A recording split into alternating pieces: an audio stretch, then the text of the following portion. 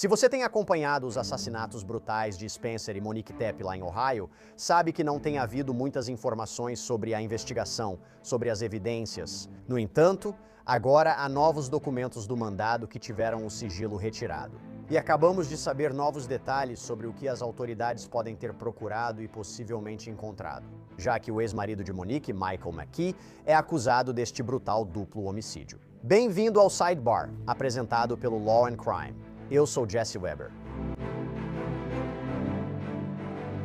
Ei, rapidinho, tenho uma notícia muito empolgante que quero compartilhar com você. Ok, nós passamos tanto tempo juntos aqui no Law and Crime, você sabe, obcecados por cada reviravolta maluca e caso de madrugada, mas queríamos encontrar uma maneira de te trazer ainda mais perto da ação. E é por isso que estamos finalmente lançando o Law and Crime Plus. Seu novo lugar para milhares de horas de episódios sem comerciais e arquivos exclusivos, onde você pode explorar as provas por conta própria. Nós realmente criamos isso para a comunidade de pessoas que ficam acordadas até tarde, analisando cada detalhe enquanto aguardam um veredito. Então, esse espaço é tanto seu quanto nosso. Baixe o app, explore os recursos e conte sua opinião. Acesse lawandcrimeplus.com hoje e aproveite a oferta por tempo limitado. 3,99 por mês ou 40,99 por ano. Uma das maiores perguntas que tivemos no caso de assassinato de Tepe é: quais são exatamente as provas? Nós conhecemos as vítimas. Spencer Tepe, dentista de 37 anos, sua esposa, Monique Tepe, de 39 anos, pais de 2 filhos, sabemos que foi um crime brutal. As autoridades dizem que eles foram mortos a tiros a sangue frio em 30 de dezembro, dentro de sua casa em Ohio. Isso foi em Wineland Park, na altura do número 1400 da North 4th Street. Autoridades afirmam que ocorreu às 3h52 da manhã. As autoridades indicam que Spencer foi baleado 7 vezes e Monique 9 vezes. Estamos falando de um carregador inteiro de balas e os 2 filhos pequenos do casal estavam dentro de casa quando isso aconteceu. Felizmente, eles não tiveram ferimentos físicos. Agora, o casal foi declarado morto horas após o tiroteio, às 10h11 da manhã. Aparentemente, isso aconteceu depois que algumas ligações foram feitas. Uma delas era sobre como, presumivelmente, Spencer não tinha aparecido no trabalho. Recebemos uma ligação informando que alguém viu, do lado de fora, um corpo dentro da casa. Sabemos quem é o réu. As autoridades afirmam que o acusado é o ex-marido de Monique, o cirurgião vascular Michael McKee, de 39 anos. Eles estão divorciados desde 2017, quase 10 anos. Também conhecemos as acusações. As autoridades afirmam que McKee morava a 7 horas de distância, em Rockford, Illinois, quando supostamente dirigiu até a casa dos Tepe, em Ohio, e atirou neles a queima-roupa. Ele é até acusado de usar um silenciador ou um aparelho de supressão de ruído. Ele foi preso em Rockford em 10 de janeiro, acusado de 4 homicídios qualificados e invasão de domicílio. Ele se declarou inocente. Ele está na cadeia do condado de Franklin, em Ohio, sem fiança. Porém, faltavam muitas das provas reais, as evidências concretas do caso. Vamos falar do novo desdobramento. Documentos de mandado recém-tornados públicos trouxeram mais detalhes para analisarmos. Vamos falar sobre a relevância disso, o que podem ter encontrado e como a defesa pode reagir. Deixando claro, enquanto abordo as acusações, Michael McKee é inocente até prova em contrário. Ele não foi condenado. Para discutir tudo isso, quero dar as boas-vindas ao promotor de Ohio, ex-vice-procurador-geral Mark Weaver, amigo do programa. Mark, sempre fico feliz em te ver, faz tempo. Preciso perguntar sobre esses novos detalhes. Primeiro, antes mesmo de entrarmos no assunto, para contextualizar, quando falamos sobre um mandado de busca, e aparentemente segundo a lei de Ohio, pelo que entendi, um mandado de busca pode se tornar público após 90 dias. Então agora estamos recebendo mais informações. De acordo com o Columbus Dispatch, depois que os Tepe foram encontrados, a polícia teve que ir até um juiz para autorizar o mandado de busca, o que aconteceu, acredito, às 11h36 da manhã. Então, relativamente pouco tempo depois que os corpos foram descobertos. Isso tudo é padrão? Por que eles precisam de um mandado? Eles não poderiam simplesmente dizer, olha, há um crime, há 2 corpos. Por que precisamos de um mandado? Podemos coletar as evidências imediatamente. Quando a cena do crime está segura e não há uma pressa específica, agora, obviamente, tentar encontrar o assassino é um tipo de urgência. Muitos promotores buscam adotar uma abordagem bem segura, usando cinto e suspensórios. Então, de acordo com a 4ª emenda, havia a exigência de um mandado de busca. Existem várias exceções à regra do mandado de busca, mas nada é melhor do que ter um mandado de busca emitido pelo juiz. Quando possível, protegemos o local e conseguimos um mandado de busca. Às vezes, solicitamos outro mandado de busca quando o primeiro não cobre tudo o que consideramos necessário. E, aliás, só voltando um pouco, estou correto ao dizer que, segundo a lei de Ohio, o mandado de busca pode se tornar público após 90 dias. E por que esse prazo?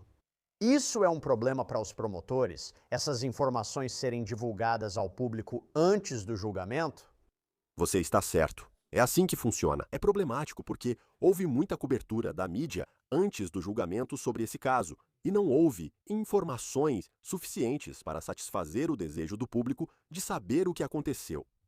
Com mais detalhes surgindo, dá para entender a defesa. Conheço a advogada Diane Menashe, que é excelente. Ela não tem um caso muito forte, então ela precisa encontrar uma maneira de proteger sua cliente. Isso pode incluir pedir uma mudança de foro. Inclui qualquer moções sobre a cobertura midiática antes do julgamento, que possa limitar o acesso do público à informação. Quero falar sobre ela e sobre a estratégia de defesa, mas preciso analisar os detalhes do declaração juramentada. Então temos essa declaração juramentada da polícia, usado para apoiar o mandado de busca e fornecer mais informações, certo? Ele mostra por que precisávamos do mandado para buscar provas. E indica que os investigadores coletaram 29 itens de evidência que podem incluir objetos embalados juntos, múltiplos cotonetes de possíveis vestígios de sangue e ou evidências de DNA e 15 conjuntos de impressões digitais. E que foram tiradas mais de 400 fotografias, quero analisar isso parte por parte. Então, Mark, quando você olha para isso, vamos começar por aqui. De onde eles conseguiram o sangue, o DNA, as impressões digitais? Eles tiveram que estar em locais específicos e relevantes na casa, certo? Claro, o objetivo é encontrar o máximo que puder na parte da casa onde você acha que os assassinatos ocorreram.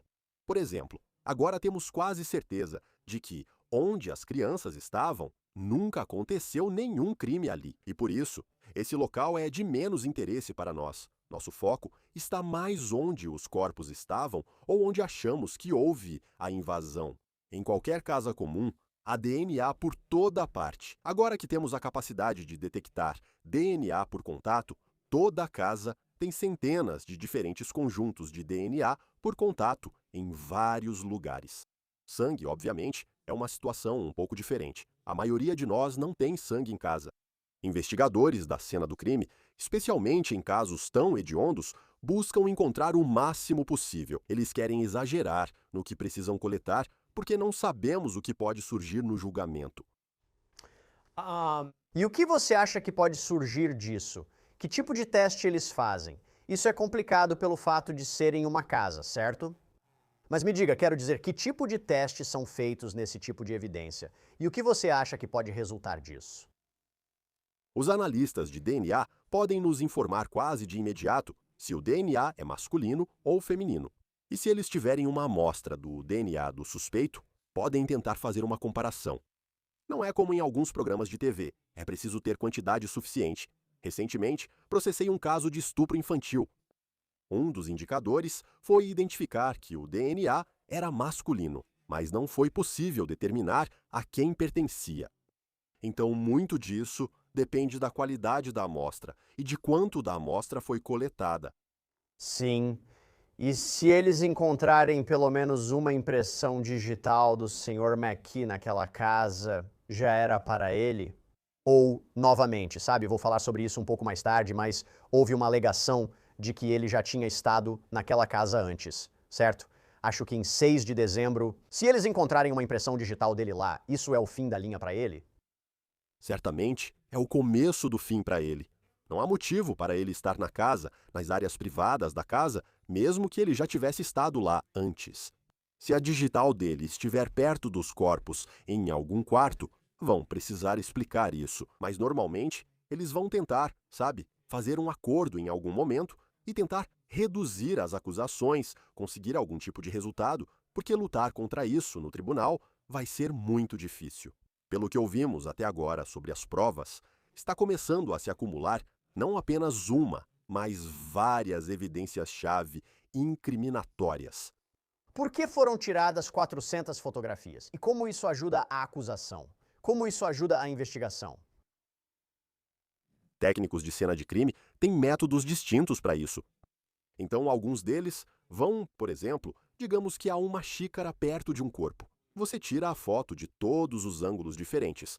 Você tira a foto de cima. Você fotografa o lado da alça, o outro lado e onde a xícara está apoiada. Assim, são 4 fotos para registrar uma xícara. Você nunca sabe, no julgamento, o que algum advogado de defesa pode sugerir ao júri e dizer: por que eles não tiraram essa foto de um determinado ângulo da xícara?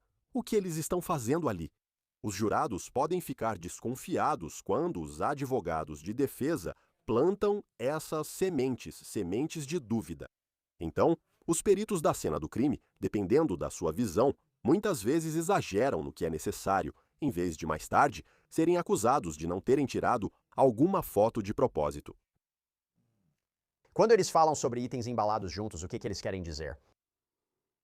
Bem, isso pode ser qualquer coisa. Pode ser, por exemplo, uma caixa que tem vários itens dentro. Pode ser uma pilha de papéis que, juntos, estão presos por um clipe. Essa é uma descrição geral. É difícil dizer. Mas, por exemplo, se o assassino interagiu com esse conjunto de itens embalados juntos, os jurados vão querer saber: isso já estava embalado junto originalmente? Ou foi o assassino que juntou? Esses itens estavam em outro lugar antes dos crimes acontecerem? Mais uma vez, quanto mais fotos e imagens você tiver, então, como promotor, eu posso analisar e decidir quais dessas imagens vou admitir como prova. Não serão todas. Será aquela que realmente ajuda a contar a história. Quero também destacar outra coisa. Então, de acordo com a TNWBNS, o mandado indica que as autoridades também estavam procurando armas de fogo, cápsulas deflagradas e imagens de câmeras de segurança residencial. Fale pra gente sobre isso. Bem, todos nós sabemos agora que imagens de câmeras de segurança residencial são onipresentes, seja por câmeras de campainha ou por pessoas que instalam câmeras do lado de fora de casa, em alguns casos dentro de casa. Essas imagens são importantes, não só do dia do crime, mas também dos dias anteriores, para verificar se alguém observava ou vigiava a casa para descobrir como entrar. Com relação às outras coisas que eles estão encontrando, obviamente queremos saber sobre qualquer arma ou cápsula deflagrada, tanto na casa do Maqui, o suspeito, quanto na casa onde o crime aconteceu. Por que não há mais informações nesse mandado? Eu tenho mais pontos que quero abordar, mas por que não há mais informações, mais detalhes sobre isso? Eu mencionei no início que parece haver uma falta de compreensão sobre todas as provas que eles têm contra ele. Vou falar de mais evidências em um minuto, mas por que faltam detalhes da investigação na declaração juramentada? Não recebemos o documento original, apenas analisamos reportagens baseadas nele. Por que isso acontece? A polícia sabe quais juízes exigem mais detalhes na declaração juramentada antes de assinarem o mandado de busca. Em casos de grande repercussão, alguns juízes apenas percebem o problema, sabem da atenção que terão e assinam rapidamente, sem precisar saber muito. Eles evitam críticas por não emitir mandado de busca, então a decisão cabe a cada policial. É uma decisão que depende de cada crime e de cada juiz. Agora também, de acordo com o Columbia Dispatch, esse é basicamente todo o material que foi enviado pelos promotores para a advogada do Sr. Maqui, Diane Minashi. Você a mencionou antes, já entrevistamos ela antes. Falamos dela em um episódio anterior do Sidebar, quando entrou no caso. Comentamos seus casos anteriores, estratégia de defesa e histórico de vitórias em casos criminais de grande repercussão. É uma excelente advogada. Recomendo que assistam ao episódio para saber mais. Segundo o Dispatch, isso foi o que aparentemente enviaram para ela.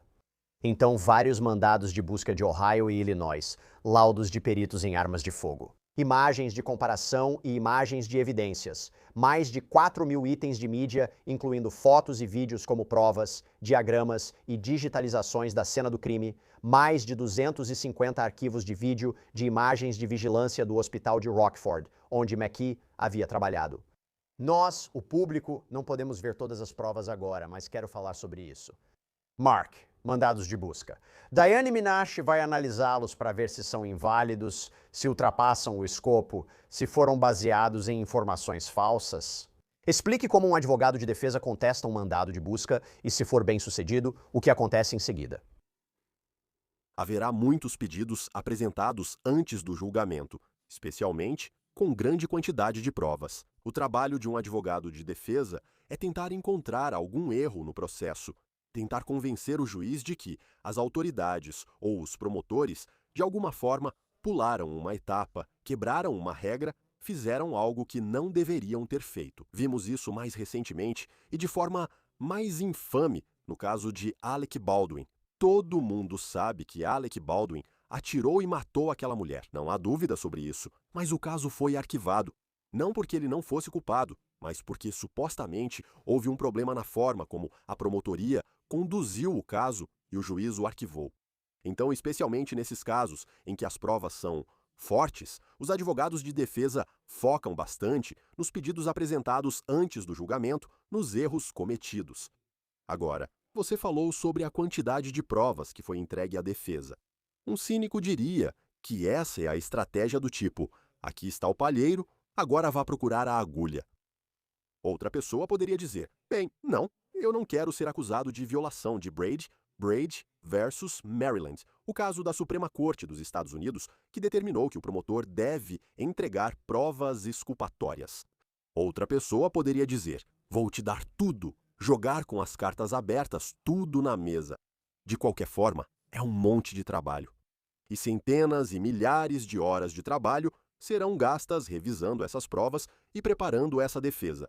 Acho que os laudos dos peritos em armas de fogo são muito interessantes porque estou curioso para saber o que podemos esperar dali. Porque, pelo que eu entendi, as autoridades supostamente recuperaram uma arma na casa de McKee, lá em Illinois, que eles acreditam estar ligada aos assassinatos de Tepe, e isso se baseia em testes balísticos preliminares. Então estamos falando talvez da arma do crime, certo? Que teste é esse? Eu te conto, só vou acrescentar à lista. De acordo com a chefe de polícia da Divisão de Polícia de Columbus, Elaine Bryant, eles usam dados balísticos nacionais através da Rede Nacional Integrada de Informações Balísticas, ou NIBIN. O que exatamente esses relatórios diriam? O que é um teste preliminar? Bem, muitos projéteis, que é como chamamos o pedaço de chumbo que fica dentro da bala, muitos projéteis e os cartuchos têm sua própria assinatura, que é única para a arma pela qual eles passam. Elas não são registradas, nem toda bala tem um número de série, por exemplo. Mas, dependendo do tipo de arma de onde ela sai, pode deixar uma assinatura, ao passar pelo cano, baseada nas características metálicas únicas do interior desse cano. Dito isso, sabemos disso no caso do Charlie Kirk. Agora, onde há uma discussão sobre se a bala pode ou não ser associada ao rifle. Trabalhei anos atrás em um caso de tiroteio policial, onde vários oficiais dispararam simultaneamente contra um suspeito que estava apontando uma arma. Quando levamos aquelas balas para análise, as armas envolvidas eram todas Glocks nesse caso. O perito nos disse que, devido à natureza dessas armas, não dava para saber qual arma disparou qual bala. Às vezes sabemos que dá para fazer uma correspondência direta. Às vezes não conseguimos por causa da natureza do interior do cano e da forma como a arma de fogo ejeta a bala. E pode ser que, se um caso dependesse só disso, você consiga contestar, levantar dúvida razoável sobre a arma do crime ou quem atirou, ou se é mesmo a arma usada, o que pode encerrar o caso.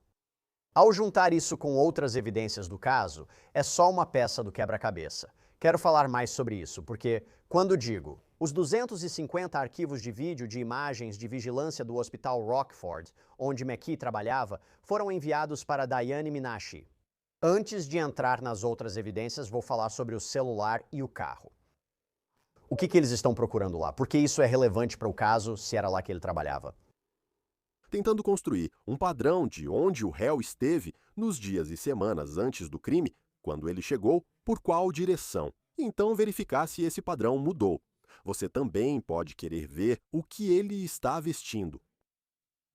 Ficou famoso, no caso O.J. Simpson, no processo civil, que o tipo de sapato que ele usou para cometer aquele assassinato foi encontrado em uma foto dele, em um evento beneficente anos antes, um par de sapatos muito incomum que não era vendido normalmente. Então, ao olhar uma foto dele em um evento beneficente meses ou anos antes do assassinato, os investigadores dos advogados civis conseguiram identificar aquele par de sapatos como o mesmo usado pelo assassino na noite do crime. Assim, você busca padrões, horários, roupas e objetos que ele possa ou não carregar. Nunca se sabe o que pode ser uma pista, tanto para a defesa quanto para a acusação. E é aqui que eu quero entrar nas outras evidências, certo? Porque há mais algumas evidências que nós temos, que pelo menos aprendemos ao longo dessa história. Por exemplo, o Columbus Dispatch relata que o celular de McKee não apresentou nenhuma atividade por 17 horas, ou supostamente não apresentou nenhuma atividade por 17 horas, e ele só voltou a registrar a atividade quando alguém estaria voltando para Rockford. E eles afirmam que os dados mostram que McKee estava perto da casa do Stepp, inclusive por várias horas no dia 6 de dezembro, mas isso foi quando o casal estava fora da cidade. A NBC chegou a noticiar que havia um vídeo de segurança mostrando ele entrando na casa. Mark, me fala sobre isso.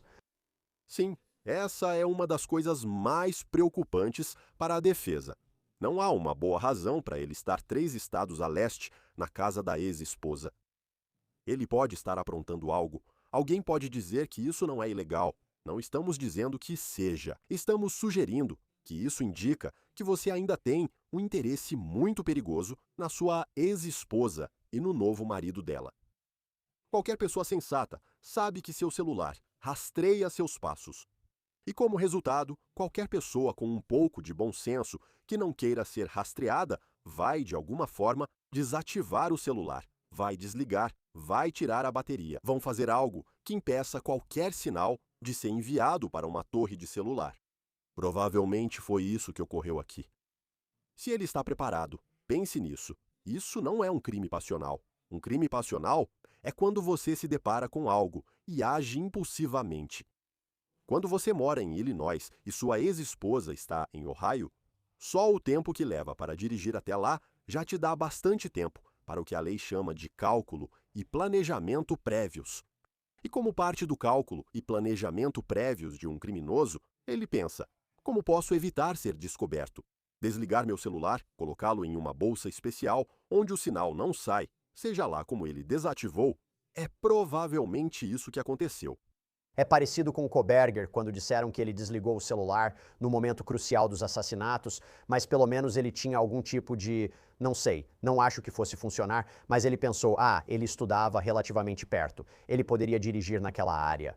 Se eles conseguirem comprovar, através de dados do celular ou por vigilância, que McKee estava lá, não faz sentido. Acho que isso será bem problemático para Diane Minashi, mas me pergunto, é possível contestar os próprios dados? Isso realmente funciona? Você diz, olha, não dá para considerar os dados do celular, eles são falhos. Não dá para considerar os dados de vigilância, eles são falhos. Isso funciona? Normalmente, isso não funciona por meio de um pedido de exclusão da prova, porque seria preciso provar uma violação da Quarta Emenda em uma audiência para excluir a prova.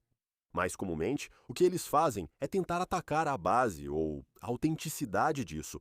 No julgamento, o promotor tem o dever de apresentar as provas ao juiz e dizer: juiz, aqui está a base para a prova. Aqui está a autenticação dessa prova. Por favor, aceite isso no processo, para que o júri possa considerar. É nessa parte que a defesa vai atacar.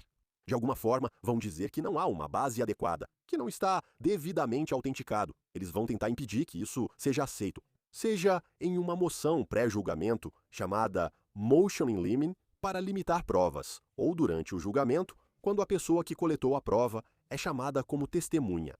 E por meio do contra-interrogatório e da contestação do processo de obtenção dessas informações do celular.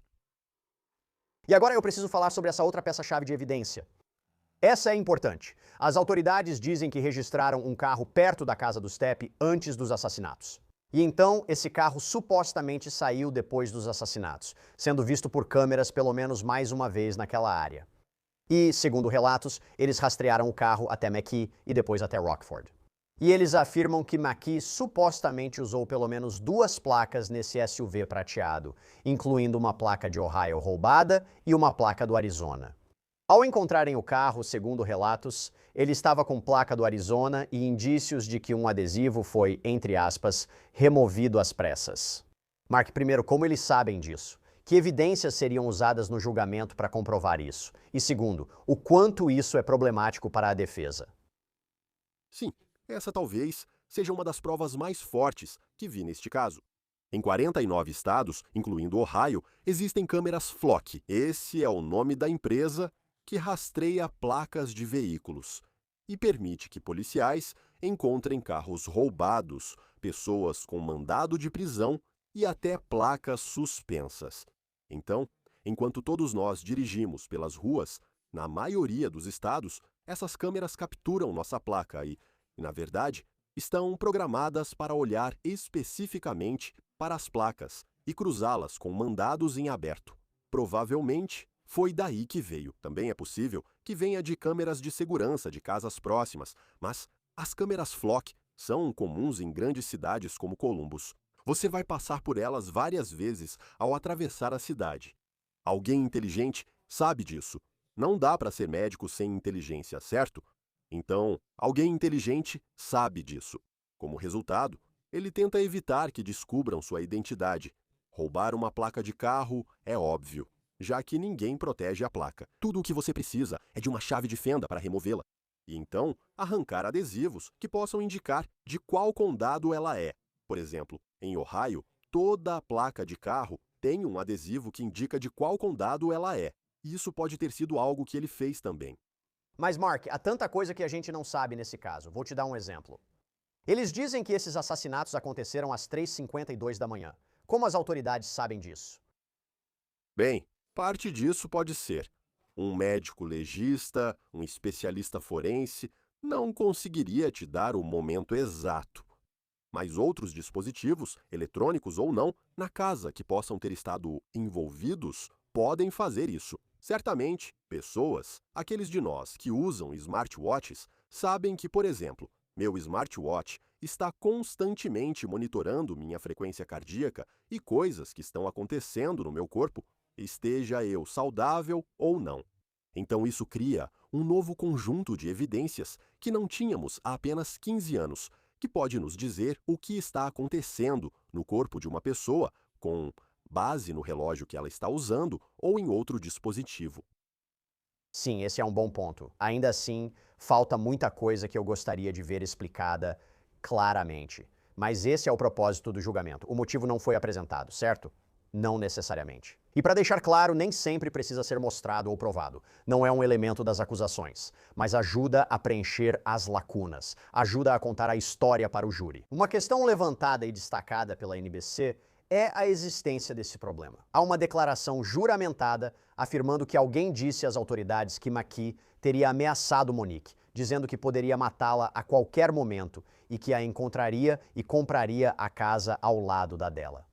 E também teria dito que ela será sempre sua esposa. E supostamente, Monique contou isso à testemunha. Não sei se há problemas de prova por ouvir dizer aqui, mas Mark, há sim.